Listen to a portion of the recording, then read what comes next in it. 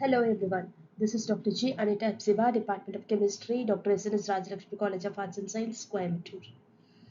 In this video, we are going to study about the different myths which prevail in the eco-friendly fashion. An eco-friendly fashion is starting to gain popularity. There are also equal amount of confusion regarding the subject. That means it is too expensive. They are so ugly and boring sometimes. The more expensive the product, the more sustainable it is. Isn't it right? So there are just a few of the misconceptions that come up often. Actually, when you take a eco-friendly fashion and sustainability is a complex, perhaps sometimes frustrating issue. Greenwashing in marketing campaigns further complicates the facts behind living more sustainably. Such widespread misconceptions about sustainable living and ethical fashion could make consumers shy away from making the right decision. So, here are a few of the misbeliefs we hear over and over again that we would like to put to rest. The first myth is about cotton. Cotton is a sustainable material, we all know that. But it's a common train of thought that if a fabric is derived from any natural source, it is sustainable. We should have a rethinking on that.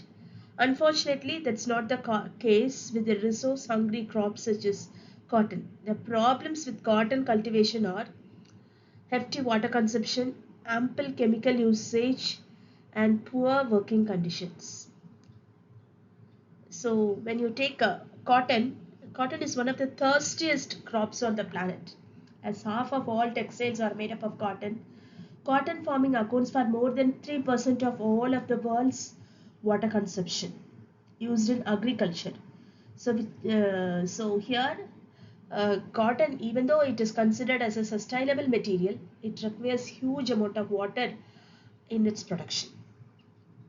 Since cotton is considered the world's most profitable non-food crop, farmers would use excessive amount of pesticides to ensure a good deal of harvest.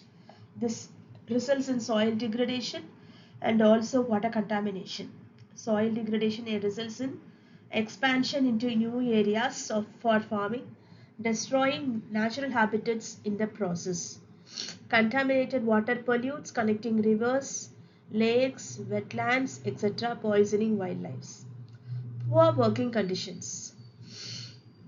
Cotton farmers, majority of them in developing countries, they live very hardship. When challenges present themselves, such as climate change, poor prices for seed cotton, competition from highly subsidized producers, and so on, these farmers are unable to break out of the poverty cycle. Forced and child labor practice are reported in cotton production and is alarmingly common in the industry. So this fact that there are literally millions of cotton farmers, many of whom are smallholders, makes addressing these problems in the cotton industry much more complicated. However, uh, there are better alternatives like organic cotton, recycled cotton, and better cotton. Uh, Cotton produced under the Better Cotton Initiative, the world's largest sustainability program. So there are alternatives too.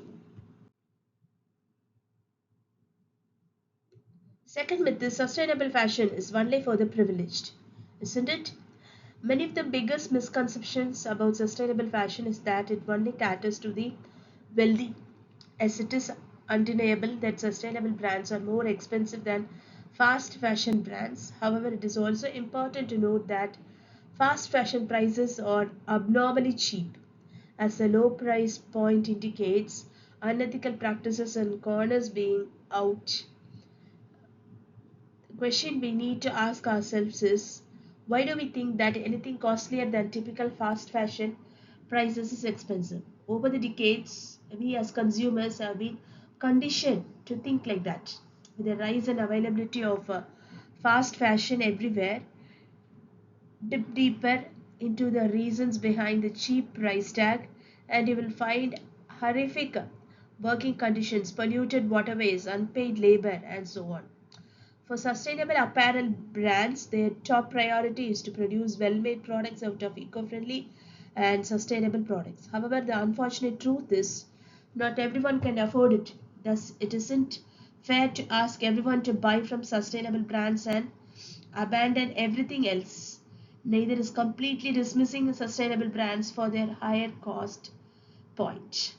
The main takeaway from this point is that we should move away from all or nothing mental nothing mentality that perpetuates that notion that someone is either living 100% sustainability or not.